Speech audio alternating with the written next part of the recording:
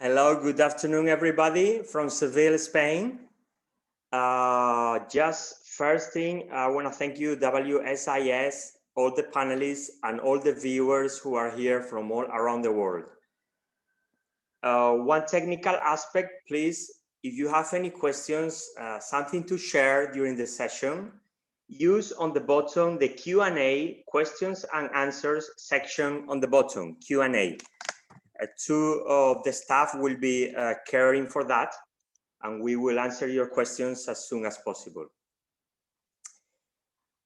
Please, before starting the session, if you don't mind, we're gonna do a really small meditation. So please, if you're so kind to close your eyes, make a breath, put your air inside the nose,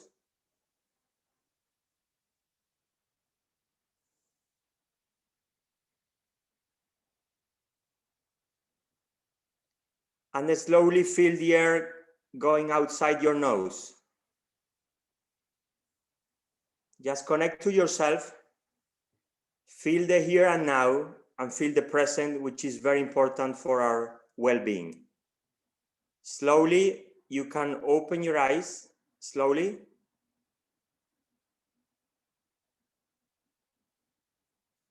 And you're gonna feel everything around you. We are all connected, we are one. Thank you very much, everybody. This workshop is about multi-stakeholders. Oh, there is a great importance that we come all together, this collection of actors, in terms of social, political, economic, working all together for the common good, in this sense, for the SDGs and the Agenda 2030 by the United Nations. Oh, thank you very much for your time being here. I'm Diego Siles, together with my colleague Lene and my colleague Miriam, who's not has not been able to be here. We are the co-founders of Phileas Flow. We are a multi-stake platform coming together, bringing together change makers, nomads, and putting them in touch with private companies, corporations, and governments to make the change. Our main objective is to achieve SDGs, Agenda 2030, as soon as possible. That's why we are here. The three of us, the three members of Phileas Flow, we were really tired of watching the world going down the brink, going nuts. So we decided to do something, even from a minimum, small and particular approach. That's our aim and objective. Ladies and gentlemen, we are really aware that we are living a really challenging time. This is a paradigm shift. This is a crisis in terms of health, the economy, society, psychologically, and spirituality. So the whole of humankind, we have a really huge opportunity to cooperate together and to create a new world. And we are doing that every day, on every conversation, on every interaction, on every call, on everybody we meet with from our personal and private life. So I encourage you to do your best to be the change you want to see in the world. Because as Krishnamurti has said many years ago, the real revolution is not changing society. The real revolution is changing yourself. That's the real revolution from the consciousness. I was saying about the Q&A section. You're welcome. And first of all, let me introduce our beautiful panelists. Without further delay, we're gonna listen to Justine Laurent from Paris, France. She's the managing director of Circulab. Please, Justine, if you're so kind, delight us with your words. Thank you. Thank you, Diego, for this warm welcoming and this meditation that helped me a lot also. So I'm going to share my screen with everyone now. So welcome everyone. So I have 10 minutes. Who am I and why am I being invited to speak about multi-stakeholders, technology and sustainable development goals today? As Diego said, I am co-managing Circulab, which is consulting agency. I don't know why it's going like that. Sorry. What am I going to do like that? It's not working. So Circulab is a strategy and design studio dedicated to circular and regenerative economy. So we have been working on that topic since 2012. We are based in France and we work everywhere in the world.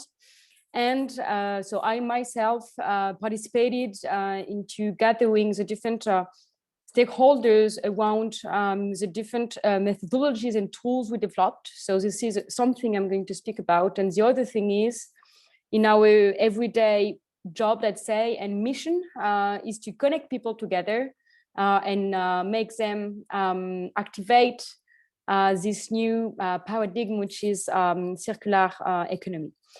So we have worked with different people and different entities, and I speak about people because every time we work with some of the companies you see here on the screen, more than working with a specific company, we work with people and individuals before all.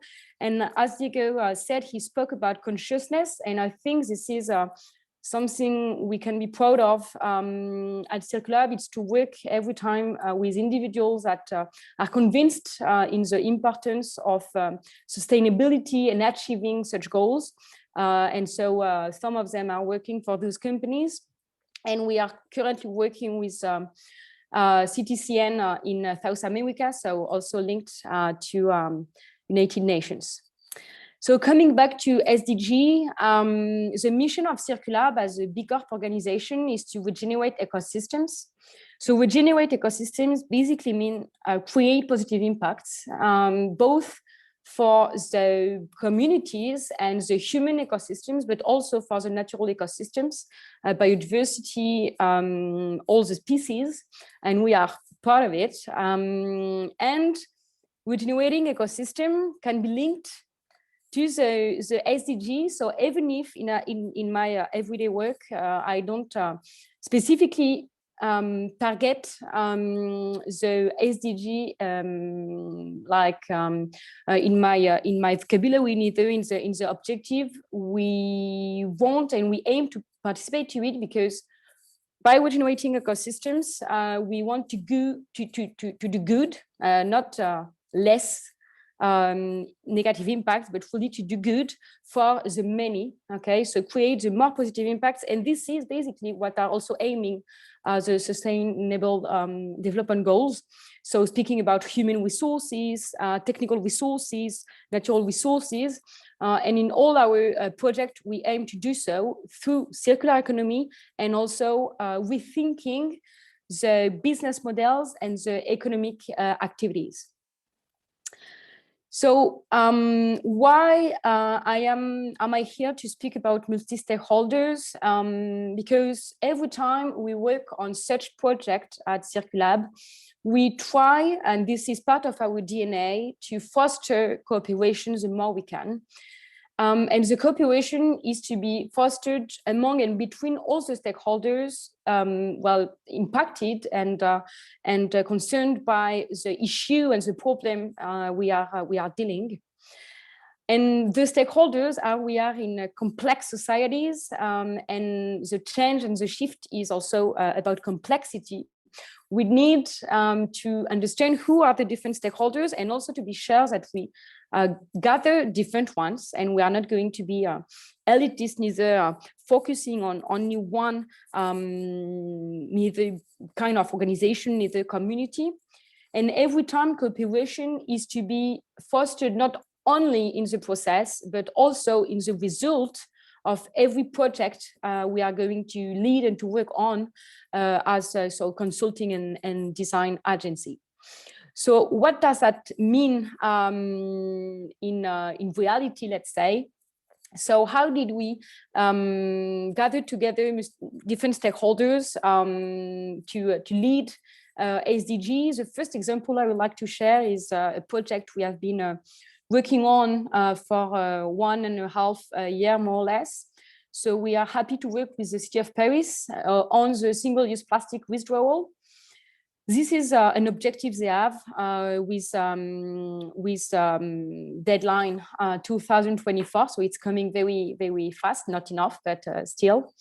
And in that project, our objective was basically to build the roadmap for single-use plastic withdrawal, but also today, starting from January, to gather the different actors and stakeholders within the city of Paris in order to make the change happen.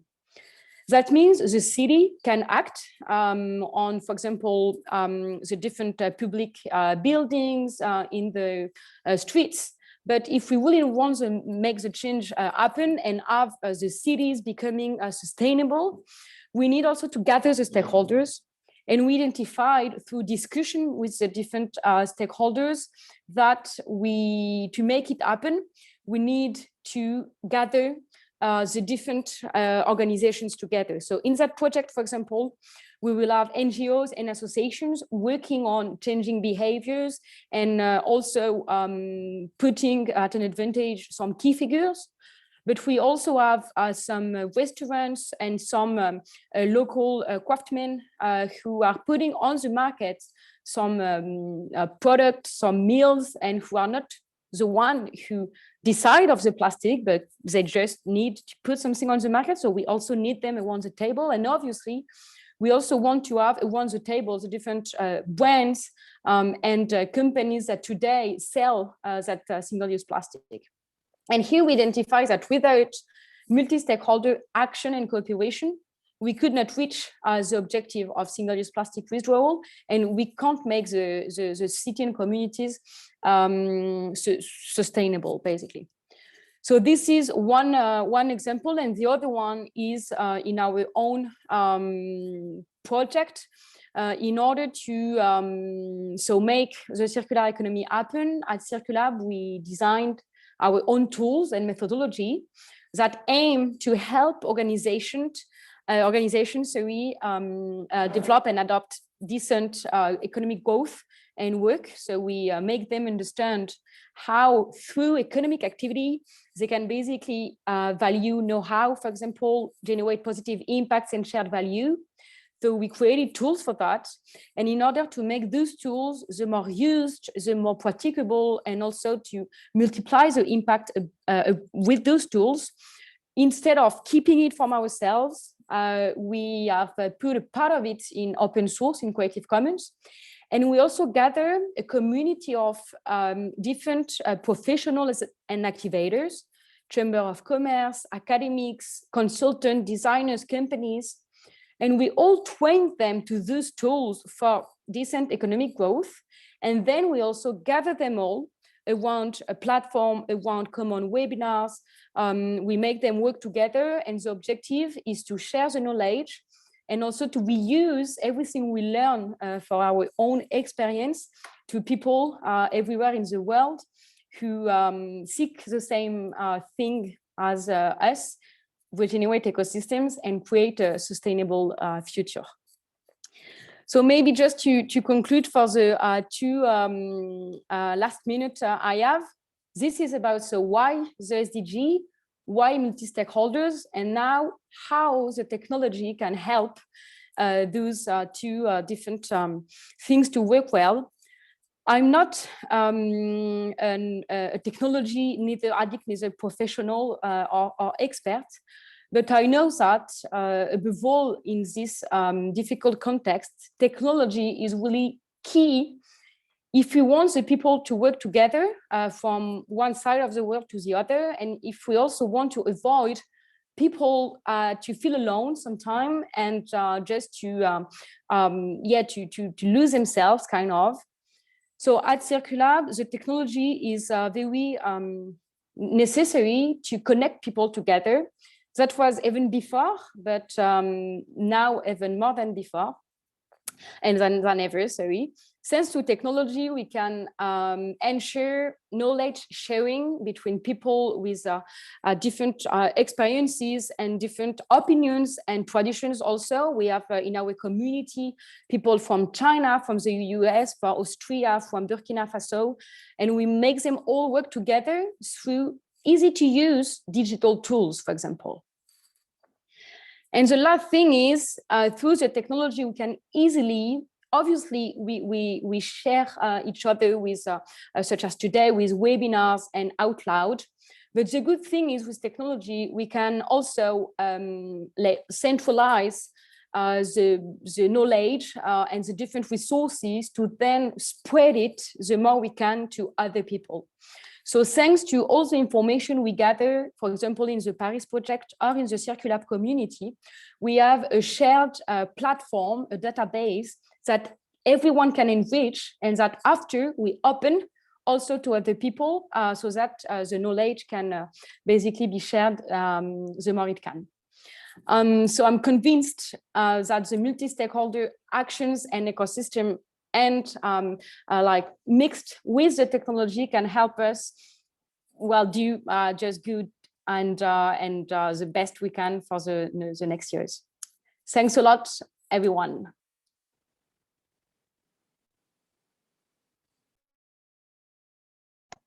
Thank you very much, Justine. It was really challenging and enjoyable. I'm really, we are really proud that you're here with us, all the work you are doing in Paris and all around the world. Let me ask you a very brief question.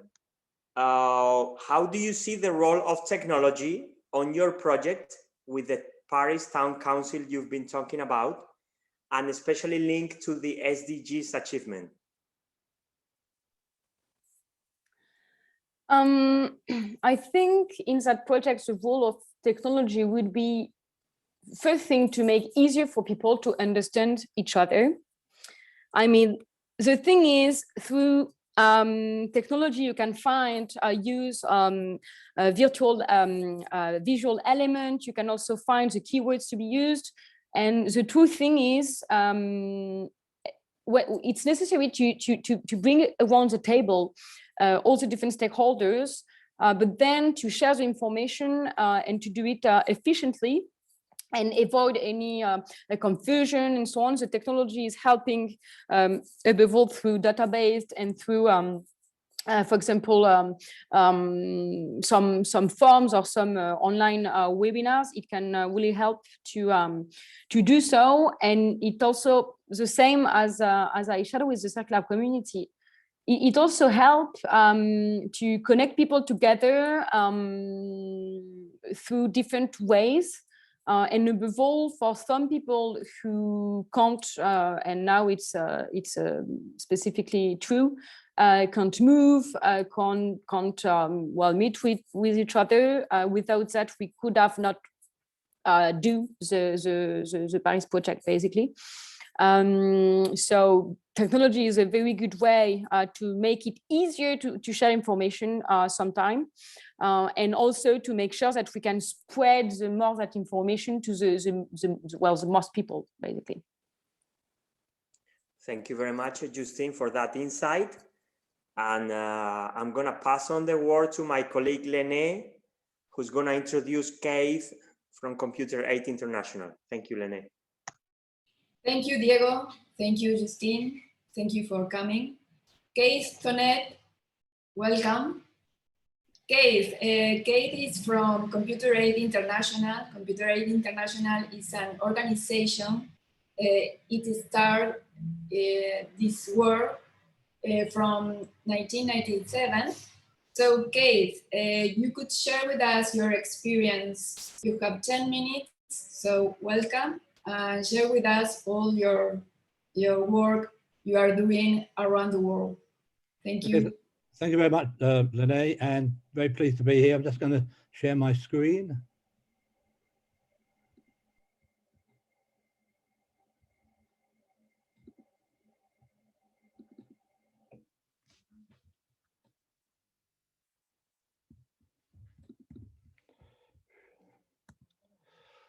Well, as Lene said, Computer Aid has been in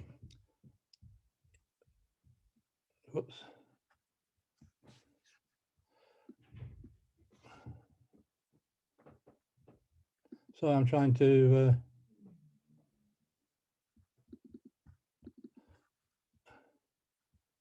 get my PowerPoint up. It was there a minute ago.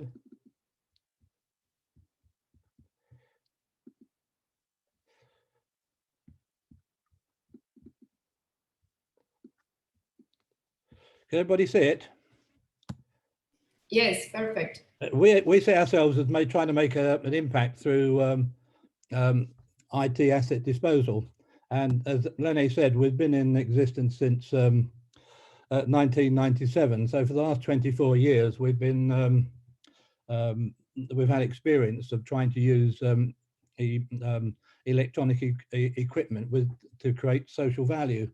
And I think most people, or many people, would agree that digital technology is a driver for economic and social change. And I think that's reflected in the Sustainable Development Goal number 9 on industry, innovation, infrastructure.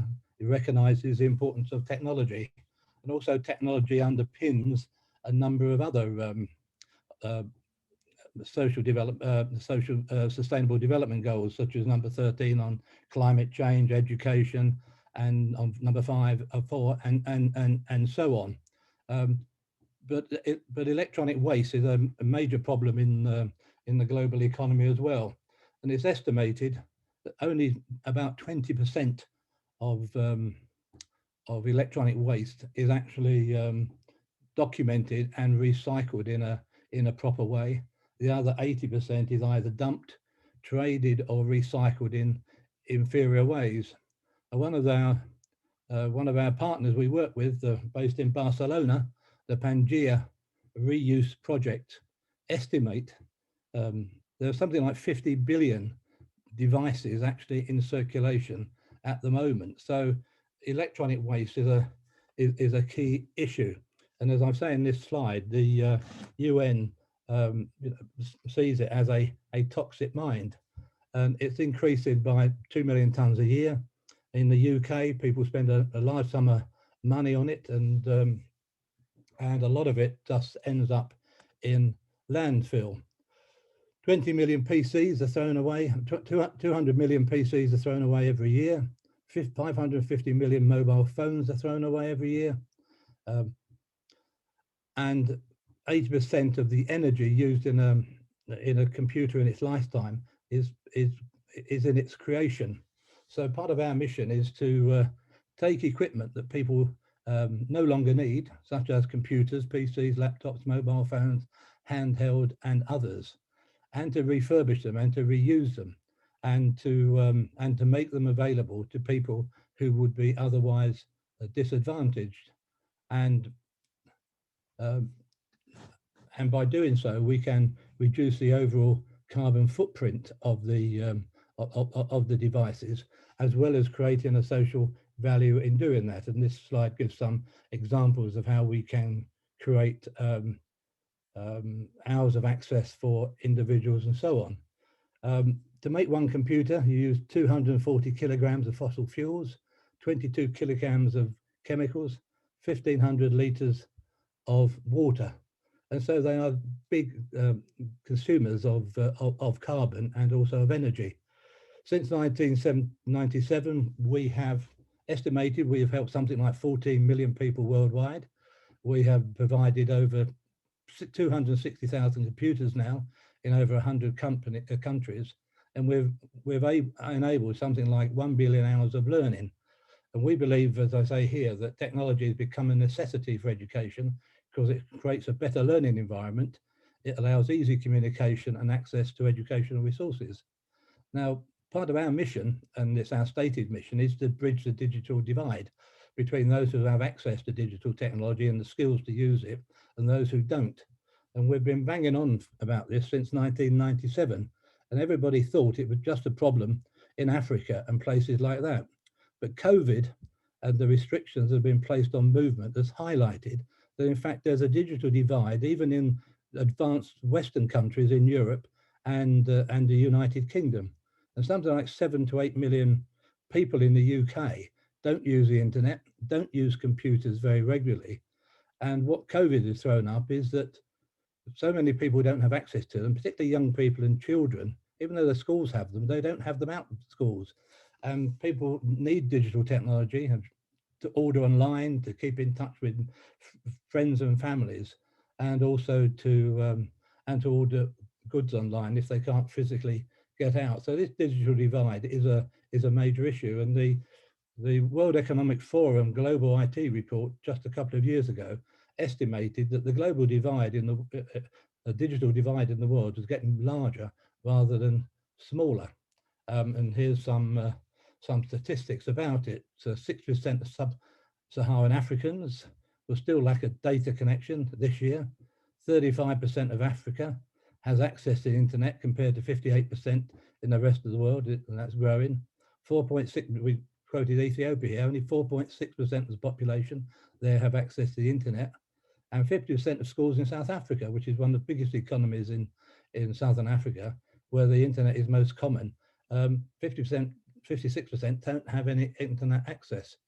And so they're being denied the benefits of ICT, where we say here that in the work we've done and the surveys that we undertake, 84% of students have said that having access to computers at schools has improved their learning. 75% of students who have never had access to a computer until we were working with them benefited by increasing skills. And schools in our project saw an increase in student attendance. Absenteeism was reduced as a result of having access to the digital technologies.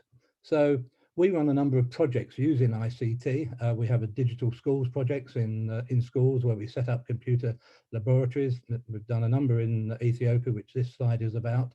And we've trained teachers to improve their digital competencies. And so many have never used computers before. When we go to schools, they often say, well, it's good to have computers when they don't already have them, but we don't have any books. And they don't have access to the internet. And so we've created this Connect device, which is a nano computer, which we store educational resources onto it, and students and children in classrooms can access it as if they're accessing the internet, and there are videos and other materials on it. And that's something which is really growing in terms of the need. And even if the schools have internet access, it's obviously intermittent. It's also very costly to run, so schools try to keep the cost down to a minimum. Sustainable Development Goal number 5 is about creating gender equality, and we've worked with the University of Zimbabwe, for example, where the anecdotal information they had from surveys that had been undertaken in the university was that girls were not having access to ICT in the same way that male students had, and the Vice Chancellor wanted, the Bursar wanted to set up computer labs in the girls' residential dormitories, which we did on their behalf. Highly successful, and our pilot was for 100 girls to undertake ICT training, and they all got jobs afterwards and all benefited from it. The lack of energy and electricity is a major issue in so many parts of the world. It's estimated that in sub-Saharan Africa, if you exclude South Africa, the generating capacity of all those companies is about the same as it is for Holland, a country of about, I think, 17 million people.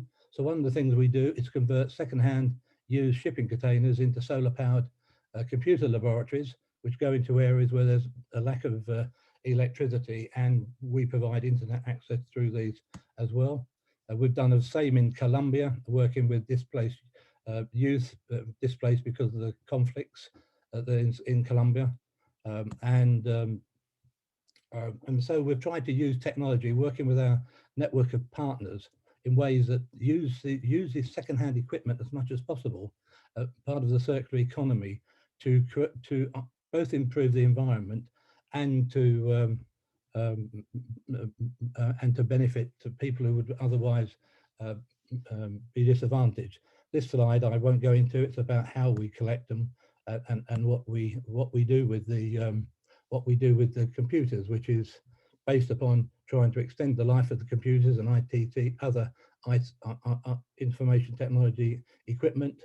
We offer practical corporate social responsibility options for businesses to adopt. We provide the businesses who donate their computers to us with stories and information about how the computers are being used, what's happening with them. And we're trying to create as many partners as possible as part of our circular economy to reduce waste and to create the benefits for those people, as I've said, who would otherwise be disadvantaged. So thank you very much for listening to me. I think I've overrun my time, but I really appreciate you listening to me, and I enjoy working in the participating in the workshop. So thank you very much. Thank you, Kate. Let me do some question in the sense of what have you been presenting.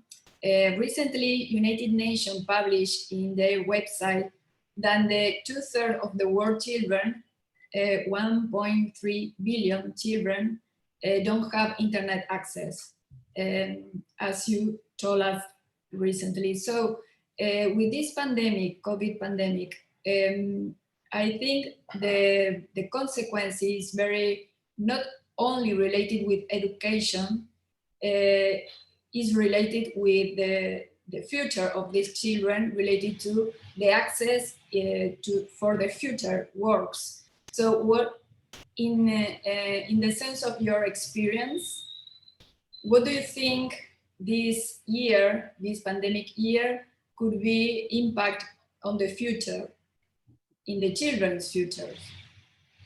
Well, I think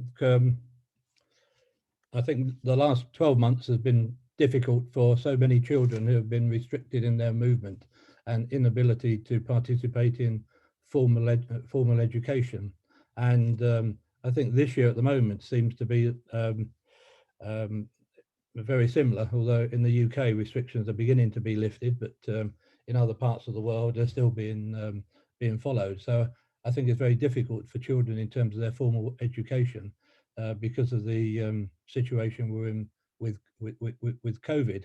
And as I mentioned in my presentation, so many young people and children lack access to digital technologies. So even in a country like the UK, although a family might have a computer, or the parents may have a computer, if you've got two or three young children who are of school age and they can't go to school, and particularly if the parents are working from home because of the COVID restrictions, it's very difficult to participate in online learning.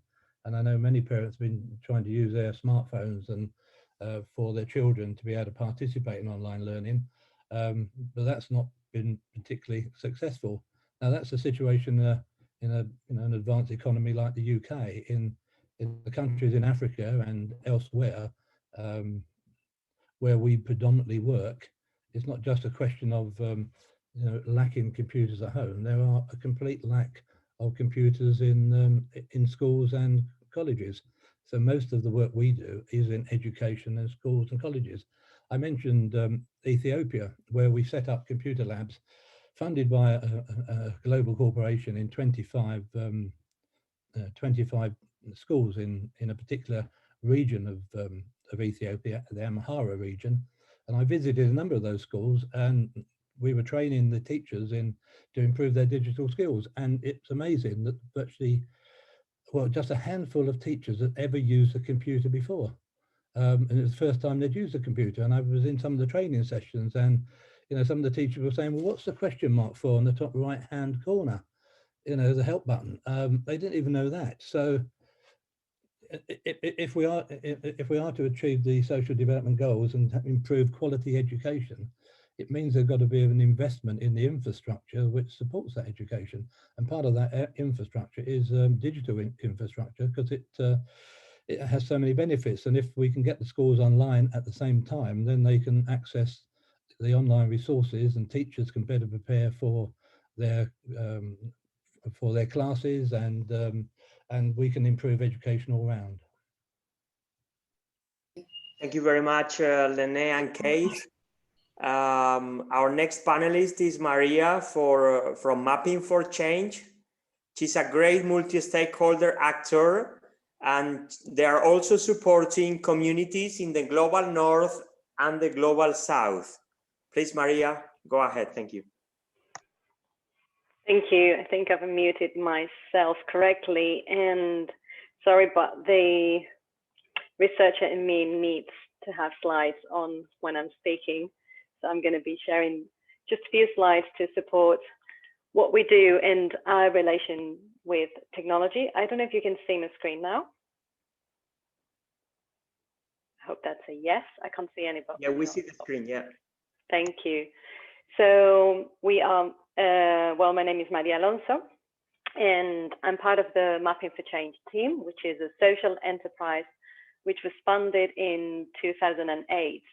We are a spin out of University College London, and we were born as a need to establish a mechanism by which to take the research which was and the knowledge which was happening in academia, and then pass it and use it in the real world without needing to wait for papers to be published or PhDs to be finished.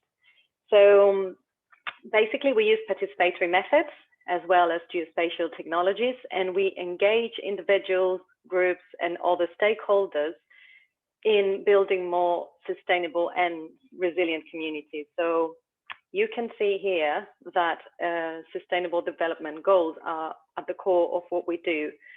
Just we weren't sure, or we didn't know that they would be kind of created 10 years after our company was funded. So as I said, we use these mapping technologies, engagement methods, and also citizen science in a variety of contexts and locations, both in the global north and south, more specifically in Europe and sub-Saharan Africa. So we use maps because everything we see, hear, experience, it happens somewhere. And whether we're running an air quality monitoring around like schools in Kampala, or whether we are identifying inequalities that the London gypsies and travellers communities are suffering in the capital city of the UK, we always run community-led projects. So yeah, we do focus on participatory sensing, monitoring, and modelling, and we kind of support the communities to decide what do we want to measure, what do we want to analyze, how is that going to be analyzed, so we, all the communities, can make informed decisions and also foster changes. So one of the things we want to do is that we want to change the state of the art and create technologies or develop technologies to enable lay people to understand and manage their surrounding environment, and using this also scientific methods and models. So here is where citizen science comes to play. So to put it simply, for those of you who are not aware of this concept, citizen science is engaging non-professional scientists in producing new knowledge or understanding. Although this concept is kind of a new term, engaging or involving volunteers and non-professional scientists in environmental monitoring is something that is kind of an old habit. So we can look at, for example, in late 19th century, there was a great established network of kind of amateur bird observers who would then send their own observations to scientists and by postal mail. So then the scientists could establish the migratory patterns. So what's changed in citizen science is that now we've got so many technologies that are enabling people's participation in so many different ways.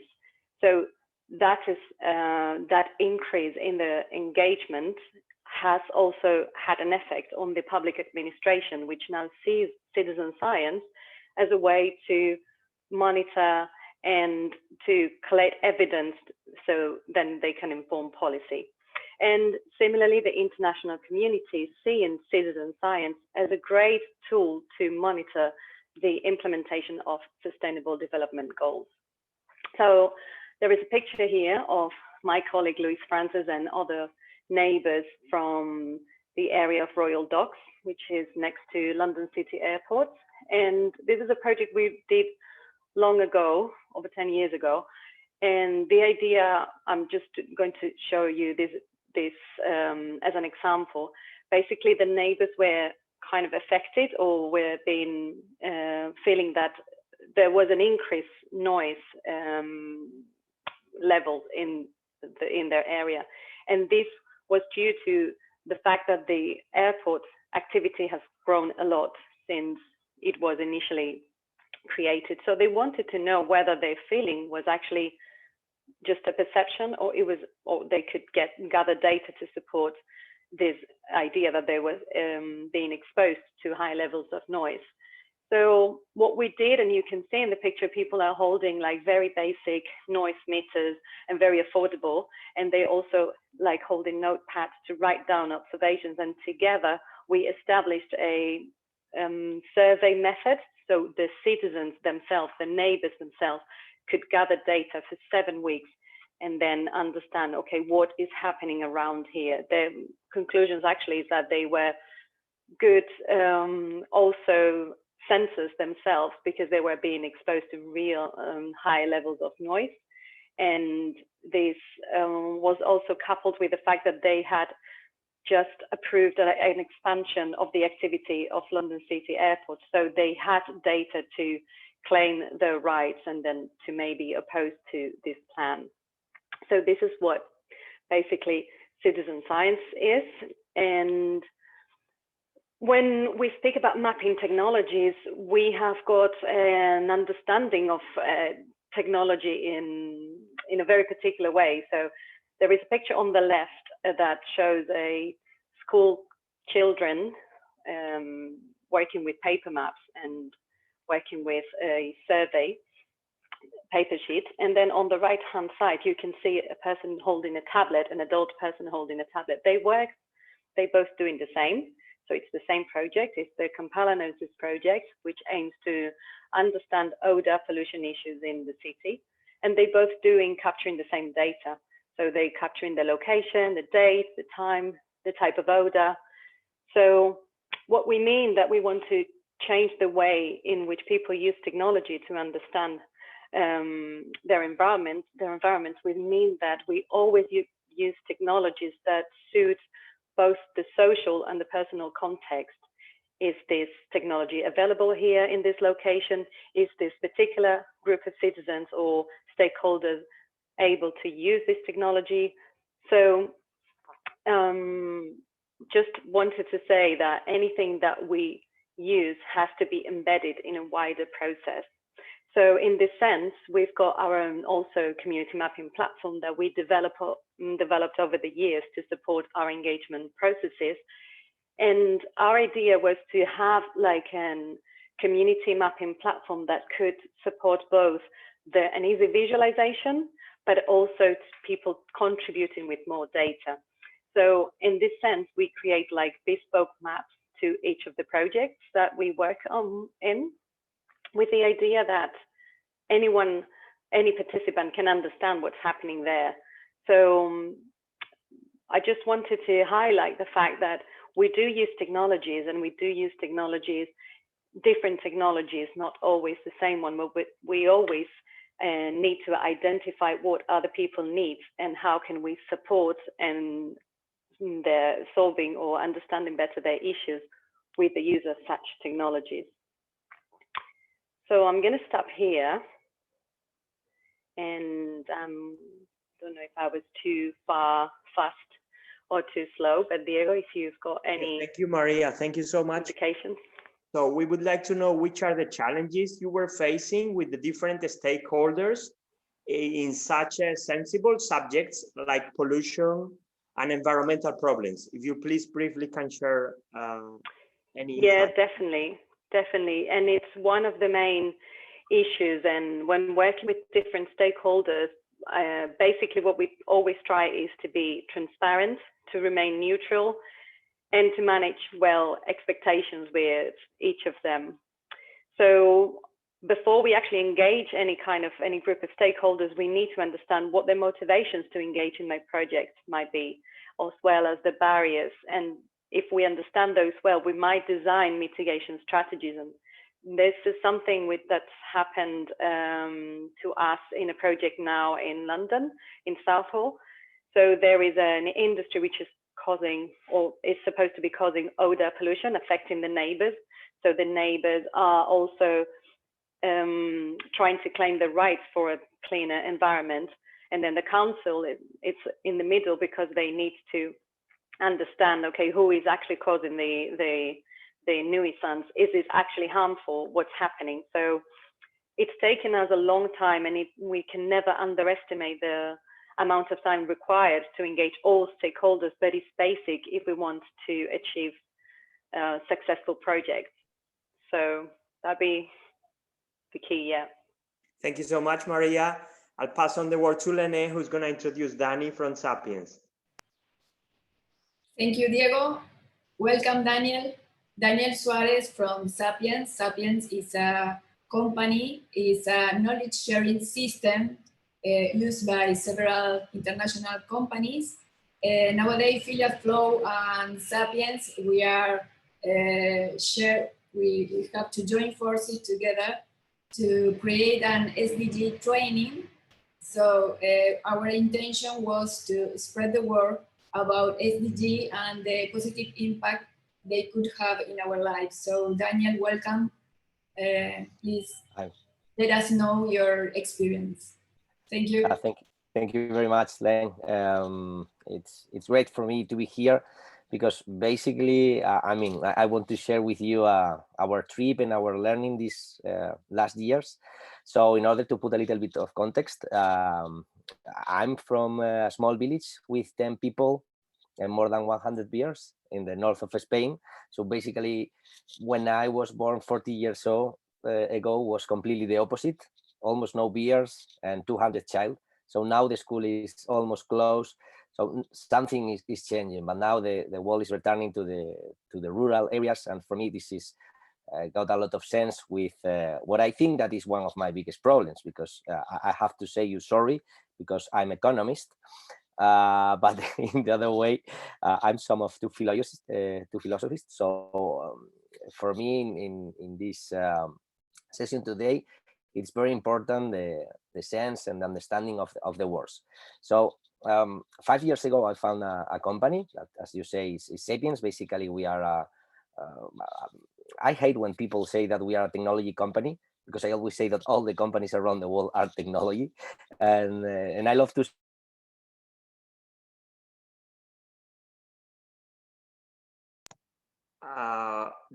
Dani, I think we cannot hear you because of the town of 100 people. Philosophical company, because basically philosophy needs focus. We want to help people to improve when we are thinking. Yeah, okay. Because I think that there's no better technology, even machine learning. The best learning is the human learning. There's no any AI, natural language process understanding, that can surpass the human brain. So for me, this is very important. And the discoveries that we got these 5 years working with corporates like Vodafone or L'Oreal or IKEA, the big brands around the globe, and with universities and small colleges in different countries, is that we are facing very heavy problems right now. And for me, this is one of these 5 problems that I think that we are facing. For me right now, one of the biggest problems is that there is too much noise. As simple as that. There is too much noise. So basically, we are creating a generation with lack of attention. We are just dopamine junkies all the day with mobile phones. And I'm from the mobile industry.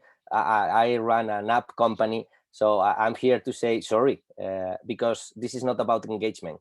This is not about how we are able to generate to your brain the next dopamine shoot. This is about how we introduce curiosity. Because if we want to think about learning and education and long learning for the future, this is about how we, the humans, are able, again, to think by ourselves, not to consume content. So let me show you 5 steps that we always love to share with our customers. And it's what we think that at the end is why we are here, because we want to change the world. And to change the world for us is about culture. So we always think that there is like a video game with 5 steps. The first for us is data. Everyone right now is crazy with data. Okay, when I have to explain this to a small boy, I always explain, okay, data is everything. Everything is data, because no matter if it exists or doesn't exist, it's providing data.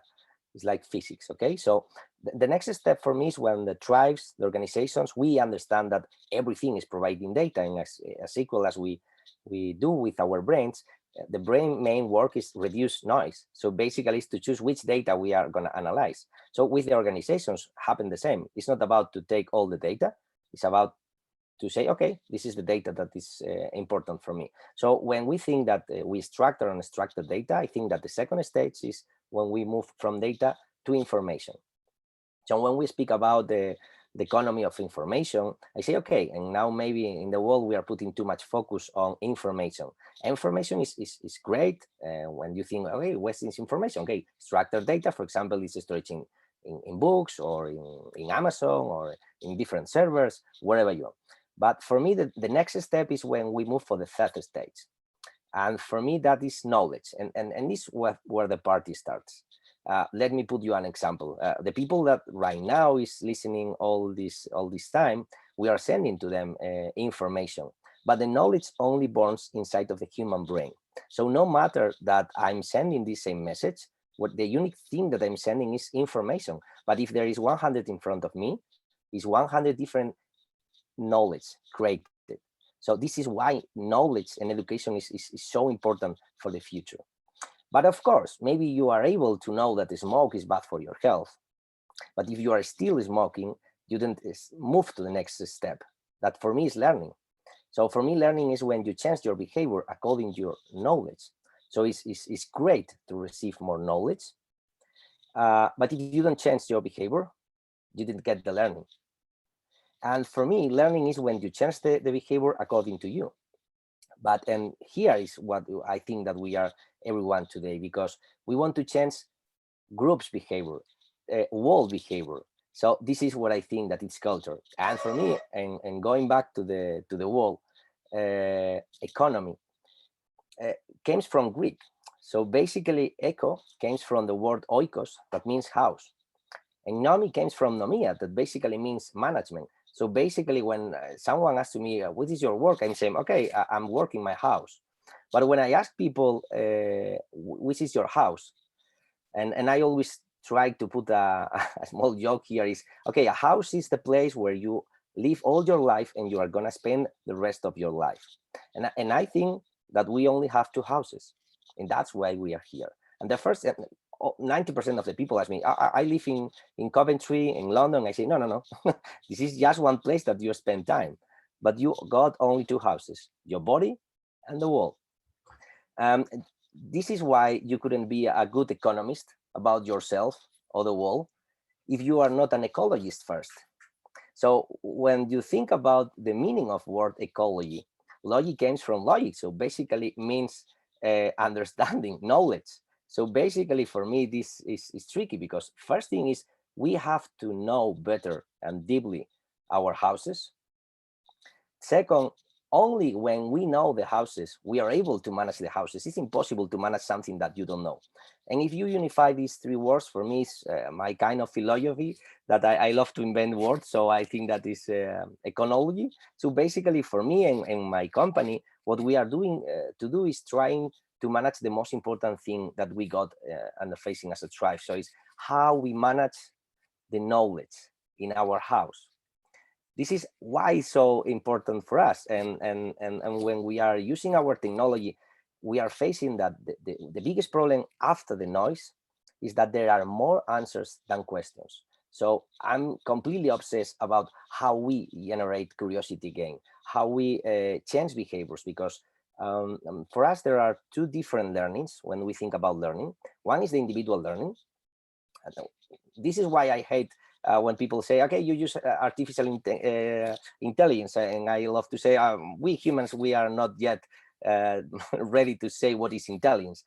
So, okay, but it's just another technology with a cool name. But the real thing on the back is, okay, we are humans. So as humans that we are, how is the questions that we are generating? Which is the behaviors that we got in the back? Why is so difficult for the people ask questions? or say not agree, or say, what if this is the other right answer? And I think that this is why about our educational systems that are industrial and are designed from a consumer point of view. And this is what I think that we have to change in the next years, because we are not here to consume data. There is enough data in the internet that is great, but we are here to think, because in order to consume, we are consumers. We are humans at the end. So thank you very much for your time. Really happy to be here today from a village. The best. Thank you, Daniel. Thank you very much for your point of view. I would like to do a short question because we don't really have time. How do you consider new technology can speed up the Agenda 2030? As you have been talking, the more important is to be curious person, how technology could help to achieve this SDG objective. Thank you, Daniel.